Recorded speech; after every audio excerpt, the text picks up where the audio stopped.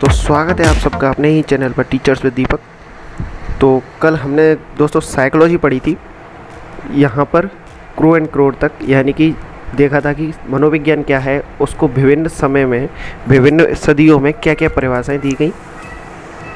अब इसके आगे का देख लेते हैं कि वर्तमान समय में मनोविज्ञान को व्यवहार व अनुभूति का विज्ञान माना जाता है। यानी कि कल हमने जो लास्ट परिभाषा देखी थी उसमें था कि मनोविज्ञान क्या है, तो मनोविज्ञान को व्यवहार व अनुभूति का विज्ञान माना गया। दोस्तों अब इसके कुछ जनकों के बारे में बताया गया है कि किसको कैसा जनक कहा जाता है, यानी मनोविज्ञान का जनक किसे कहा जाता है, अरस्तु को। दोस्तों आप इस तरीके से समझ सकते हैं कि उस समय पे जब अरस्तु का समय था, उस समय पे मनोविज्ञान दर्शन शास्त्र की एक शाखा थी और अरस्तु एक महान दार्शनिक रहे हैं। इस वजह से मनोविज्ञान का जनक अरस्तु को कहा जाता है, क्योंकि इन्होंने ही मनोविज्ञान की संकल्पना दी थी उस समय के अनुसार। फिर थॉर्नडाइक को शिक्षा मनोविज्ञान का जनक कहा जाता है, क्योंकि इन्होंने मनोविज्ञान को शिक्षा के क्षेत्र में लाने के साथ साथ उस पर विभिन्न तरह के प्रयोग किए हैं, तो इसलिए थॉर्नडाइक शिक्षा मनोविज्ञान के जनक। विलियम वुंट प्रयोगात्मक मनोविज्ञान के जनक। मैंने आपको कल भी बताया था कि विलियम वुंट ने ही लिप्जिंग नामक स्थान पर, मैंने बताया था विलियम वुंट ने लिप्जिंग नामक स्थान पर जर्मनी के अंदर 1879 के अंदर एक प्रयोगशाला स्थापित की। इसी वजह से इन्हें प्रयोगात्मक मनोविज्ञान के जनक कहा जाता है। आधुनिक मनोविज्ञान के जनक भी विलियम वुंट को कहा जाता है, क्योंकि इन्होंने प्रयोग के आधार पर मनोविज्ञान को जानने की कोशिश की और उसे आधुनिकता प्रदान की। इसी वजह से इन्हें आधुनिक मनोविज्ञान का भी जनक कहा जाता है। फिर आते हैं विलियम जेम्स पर, जो अमेरिकन मनोविज्ञान के जनक है, यानी कि अमेरिका के अंदर जो मनोविज्ञान पढ़ाया जाता है, यानी जहाँ से शुरुआत की गई थी उसके आधार पर इनको मनोविज्ञान का जनक कहा जाता है। लेकिन कैसा, अमेरिकन मनोविज्ञान का जनक।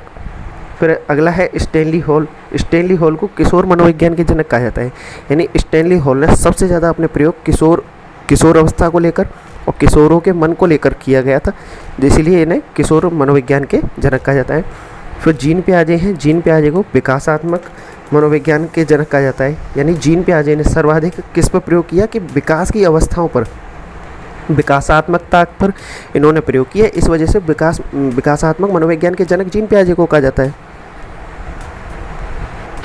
फिर आते हैं ऑलपोर्ट पर। तो व्यक्तित्व मनोविज्ञान के जनक किसको कहा जाता है? ऑलपोर्ट को, यानी व्यक्तित्व मनोविज्ञान के बारे में किसने सबसे ज़्यादा अध्ययन किया और किसने बताया, तो वो ऑलपोर्ट थे। फिर मूल प्रवृत्ति के जनक, यानी 14 मूल प्रवृत्तियां जो है मनोविज्ञान के अंदर, उनके जनक किसे कहा जाता है? मैक्सवेल को, क्योंकि इन्होंने ही मूल प्रवृत्तियों के आधार पर मनोविज्ञान का वर्णन किया है। फिर इसके बाद में मौलिक व्यवहारवादी जनक, यानी कि मौलिक व्यवहारवादी जनक के रूप में किसको माना जाता है? स्किनर को। अब अगला है कि मनोविज्ञान की कुछ मुख्य शाखाएं भी होती हैं, यानी कि किन किन क्षेत्र में मनोविज्ञान को अध्ययन किया जाता है, तो इन्हें हम देखते हैं। तो मनोविज्ञान की कुछ महत्वपूर्ण शाखाएं हैं, जैसे कि सामान्य मनोविज्ञान जो कि हम पढ़ रहे हैं, फिर असामान्य मनोविज्ञान, तुलनात्मक मनोविज्ञान यानी जहाँ पर तुलना करते हुए मनोविज्ञान का प्रयोग किया जाता है, फिर प्रयोगात्मक मनोविज्ञान जैसे कि विलियम वुंट ने लिप्जिंग में अपनी प्रयोगशाला स्थापित की, उस आधार पर इसको एक नई शाखा बना दिया गया प्रयोगात्मक मनोविज्ञान। फिर सामाजिक मनोविज्ञान, औद्योगिक मनोविज्ञान, फिर आता है बाल मनोविज्ञान या बाल विकास, जो हमारे लिए स्पेशली रीड वालों के लिए बहुत ज़रूरी है, क्योंकि हमारे सिलेबस में इसी के ऊपर विस्तृत चर्चा की जाएगी।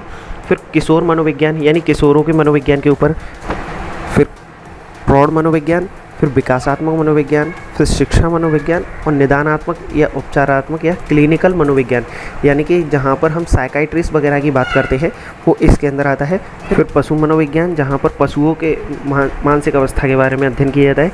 और फिर परा मनोविज्ञान।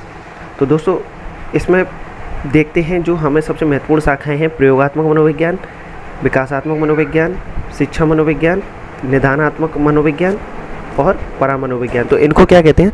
तो नियंत्रित परिस्थितियों में किया गया अध्ययन प्रयोगात्मक अध्ययन कहलाता है, यानी कि प्रयोगात्मक मनोविज्ञान के अंदर क्या किया जाता है? नियंत्रित परिस्थितियों में अध्ययन किया जाता है, इसी वजह से ये प्रयोगात्मक मनोविज्ञान, ठीक है।